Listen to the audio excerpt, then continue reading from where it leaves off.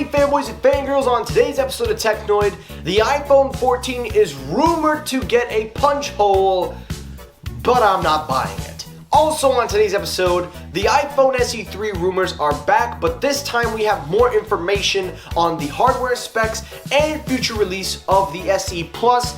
And lastly, we have some new information on a patent that was granted to Samsung in regards to the next-gen wearables, and it could possibly bring not only a new type of innovative technology, but also a camera on a smartwatch. All of that on today's episode, so stay tuned.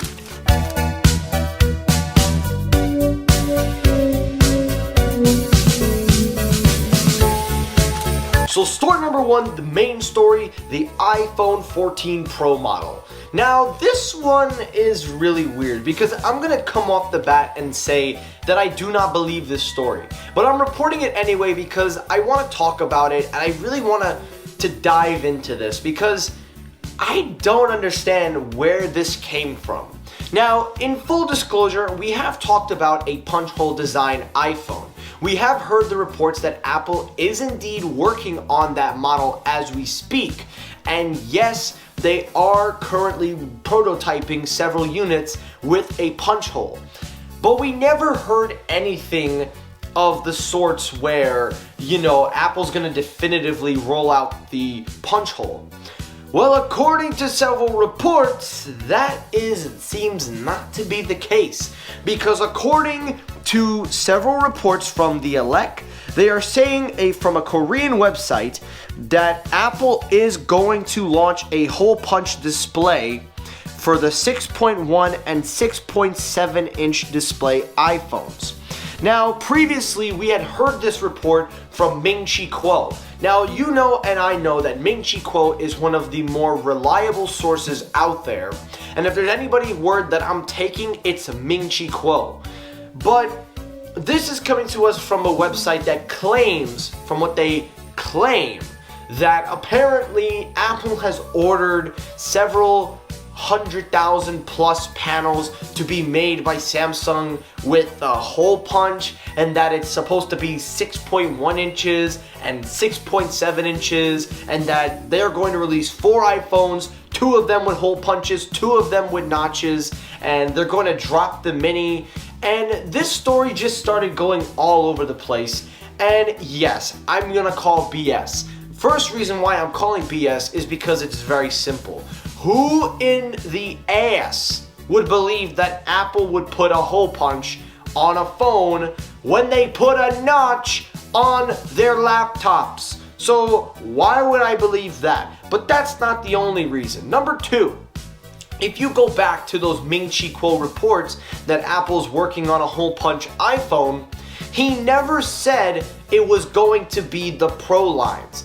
Apple obviously would like to remove the notch, as they have made it more smaller and have made several attempts to make it more practical, quote unquote.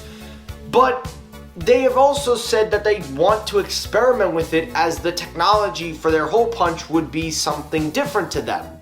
So if they put a hole punch on their phone, it's not going to be able to be called an iPhone. So as a solution, they figure, let's just keep making the notch smaller.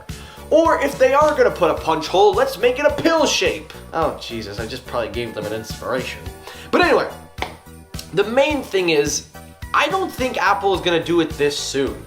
I think maybe down 2023. But 2022 is right around the corner, and Apple has shown no signs of giving us a hole punch iPhone.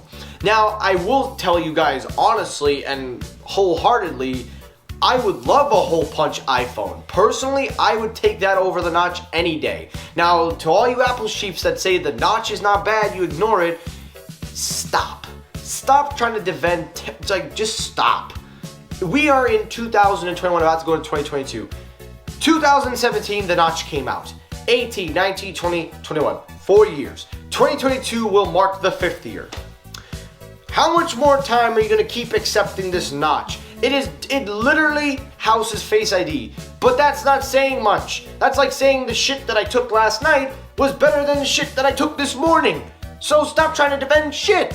All I'm saying is this: if they are going to keep the notch, how about maybe, and I know how this is gonna sound, but why don't maybe you move it up and put a black bar or something? Because Jesus Christ, that notch has got to go. But with them putting it on the MacBook, I don't believe we're gonna see a hole punch iPhone. I do believe they are working on it. I do believe that we may see it one day, but just not today and next year. Alrighty, story number 2, continuing with the iPhone, let's talk about the SE3. Now, I've already talked about the SE3 way back in the past from my episode of Technoid when I was in Florida, so I don't really got to go into too much detail on this story, but just real quickly, we have some information in terms of the hardware specs for the iPhone SE3. According to the report, we see that the iPhone SE3, the biggest change with the phone is that it is going to have sub-6 5G. Now, there was a report saying that it was going to acquire millimeter wave in the process, but to keep the cost down, it seems that sub-6 is going to be their choice of 5G. Now, for those of you that don't know anything about 5G spectrums, I highly recommend you check out Mobile Tech for that. But sub-6 and millimeter wave are the two frequencies we have. Millimeter wave being the strongest in close distance, and sub-6 being the weakest but stretches out the furthest. I think that's the one that Apple is going to go for. And also, there is going to be an upgrade in the CPU and the, how do we say this, RAM. Simple as that. We are going to see the RAM go from 3 gigabytes to 4 gigabytes, which is pretty ridiculous that there's a 3 gigabyte iPhone with, you know. But regardless of that, there is also talks of the SE Plus coming in 2023. According to the report, we go on and says that the larger display is going to be coming in 2023 as Apple has no intentions of releasing the Plus version of the iPhone SE. However, they are still under development. See, that's where the hole punch rumor comes in. If they do a hole punch on the SE Plus, that's a whole other story. That I'm willing to believe, but not in any way, shape, and form am I going for 1 second to believe that they're going to put it on the 14 or the Pro and Pro Max. SE Plus, definitely. With Touch ID with the sapphire glass, that I'd believe in a heartbeat. So that's all we know now for the SE and the SE Plus. Let me hear your thoughts down below. Do you believe it or not? What are your thoughts?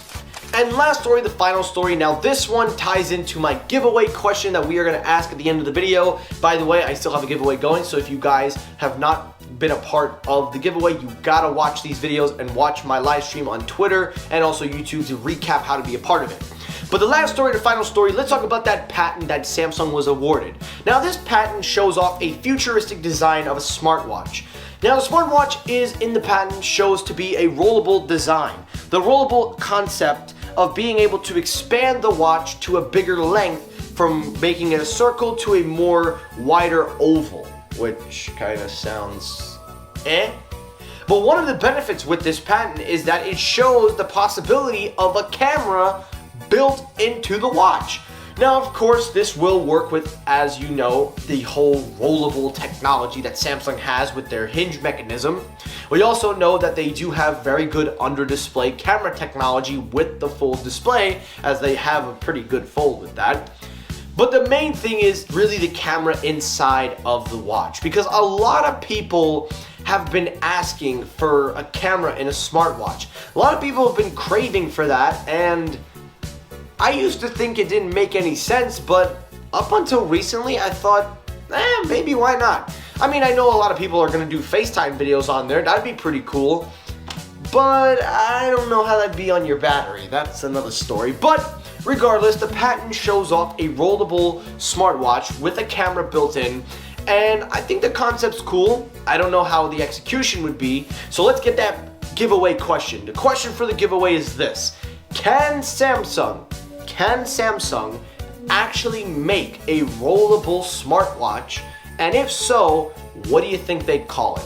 That is my giveaway question. Again, write your answers in the comment section, because again, we are giving away a free tub of Rogue Energy with a free shaker included. So make sure to write in the comments what you think that answer is, and also name your favorite flavor from the Rogue Energy lineup, and also what kind of shaker you'd like. If you are selected, you are the winner, and I will get you exactly what you want. So make sure to comment down below so you can win some stuff. And that's it for today's episode of Technoid. Now guys, I really hope you enjoyed this episode. If you did, hit the like button. If you disliked the video, you can hit the dislike button. That helps circulate my views as well. As always, everyone, thank you so much for watching. I will see you all in the next episode. Have a great rest of your day, guys. Take care, stay safe, have a good day, and peace!